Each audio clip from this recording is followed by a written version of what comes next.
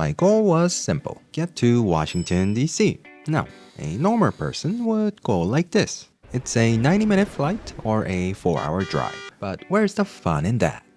Instead, I chose this: a 22-hour multi-state detour involving almost every method of transportation known to man. Let's get on the road. So here I am at Pittsburgh Union Station, having barely made it. And I mean barely. 2 Ubers canceled on me, and the third was scheduled to arrive after the train left. I eventually made it, but it's definitely starting to feel like a worrying journey. It's 20 minutes to departure, and today's ride is the westbound Floridian heading towards Chicago. It looks like everyone's already lined up and ready to board. We just have to get to the platform. The escalator was happily carrying passengers down, but refused to carry anyone up. You'd think they could just reverse it, but nope, stairs it is. Up top, we have a tale of 2 trains. On the left, the familiar Floridian, and on the right, the Pennsylvanian. Taking the Pennsylvanian would have been a whole different detour, but I wasn't that dumb. Let's go. Since this is a late night arrival, they make you wait outside in the cold for your seat assignment. That's because it's already lights out on board and most passengers are asleep by the time you board. In other words, get to your seat and grab what you need quickly unless you want to be the guy who wakes up the whole car. Alright, here we go. We're finally rolling. It's been a little over an hour on the road and I am now just leaving the Pittsburgh area. Unfortunately, the view from the right side of the train is pretty non-existent compared to my trip to Chicago 9 months ago. Back then, I was just passing through. Who would have known that just 6 months later, this city would become my new home? As we pushed further north, I ran into the first snow of the season. Don't worry, one of the biggest benefits of train travel is that a little snow like this rarely causes any trouble. Of course, the downside is that trains just like to get delayed on their own anyway. But luck was on my side today, and we made into Cleveland, Ohio. Hello, new city. I didn't get a chance to check out the station last time since I was just passing through, but I'll have a chance today. Let's first say goodbye to the Floridian making its way to Chicago, then check out the station.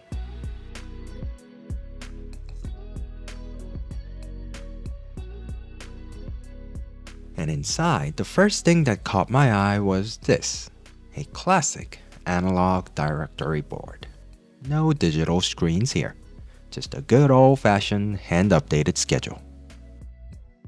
I spent the next hour at the station watching the eastbound Lakeshore Limited head toward New York while I waited for the right time to move on. My plan was to walk a mile to the metro and take a direct shot to the airport. But then, rider alert. Service was suspended for 3 days due to construction, and of course, I arrived on the last day. The bus schedule was useless, so I had no choice but to drop over $40 on an Uber. There goes my extraordinary $48 flight deal. Talk about a cursed journey. So, after paying as much for the ride as I did for the flight fare, here I am at Cleveland Hopkins International Airport. Would you ever take a flight just for the sake of it? Let me know in the comments. On the bright side, even with 10% of flights disrupted by the weather, I was still on schedule and even had time for a chicken biscuit breakfast. Yum! Now look, more analog letterboards. I paid $4 for priority boarding just to get footage of an empty cabin. Do you think it was worth the money? I finally found a properly aligned window too. Now, for a quick review of the Frontier Airlines A320, First, you get a tray table the size of a child's hand, then a shared, raisable armrest, and that's it. With limited legroom and no recline or in-seat chargers, there isn't much to say. But hey, it's a short flight at $48. It'll do. Current weather out of Boston, we got light winds out of the north. Temperature 54 degrees Fahrenheit. Turns out while things were chaotic on the ground in Cleveland with the ice and snow, it was much warmer at my next destination, Boston, Massachusetts. The flight filled up, but I lucked out with an empty seat next to me, gaining some precious extra knee room. Now it's finally time to fly, except do you see all that snow and ice on the wing? That means all the planes have to move into a drive-through lot to get their de-icing juice. Not the kind of drinks that I like, but the kind that keeps the plane from freezing while we fly. You can probably notice the sky brightening up as we wait. It was quite a long stay on the tarmac. Honestly, it was like waiting in a Chick-fil-A drive-thru during the lunch rush. 40 minutes later, it's our turn and we're finally clear for takeoff. I'm starting to realize that waiting is the unofficial theme of this entire trip. And like I said, these $48 tickets are only possible because there are no in-seat chargers. This is exactly where my phone died. Oh, and a can of Coke Zero, that will set you back $5. I don't know if there's any actual science behind it, but carbonated drinks just hit differently at 20,000 feet, making it all worth the cost. Eventually, after the mandatory credit card sales pitch, and there are no blackout dates whatsoever with we were supposed to be in Boston.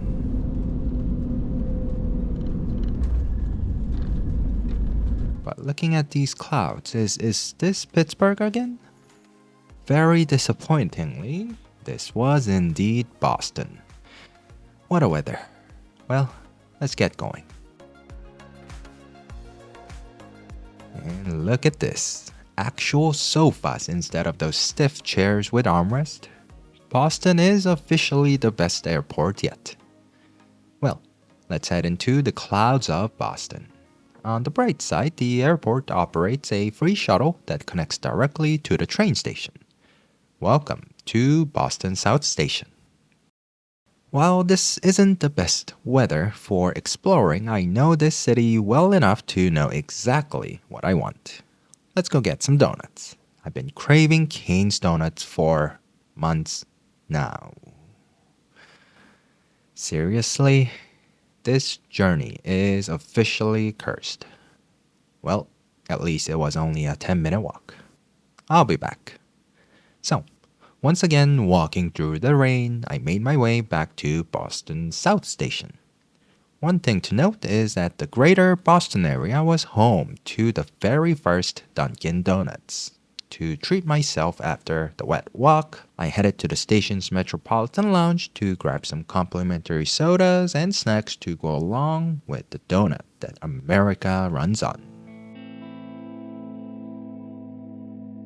With the weather still looking grim, I played the waiting game for 2 hours. I spent the time in the lounge fighting off sleep while enjoying the architecture and the rich history of the station.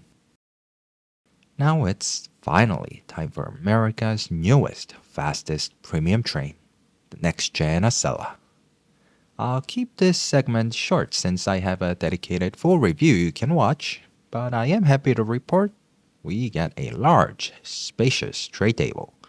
Not only that, but the seat even tilts. Well, there's a lot to say about that tilt, but for now it's time to get moving. It is almost 2 p.m., marking my 15th hour away from home. Phew.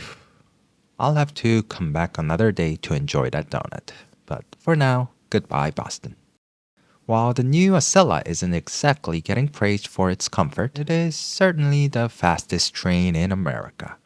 Think about it, like how often do you even drive at 80 miles per hour? So, Be sure to check out my reviews of both the first class and the business class on this premium.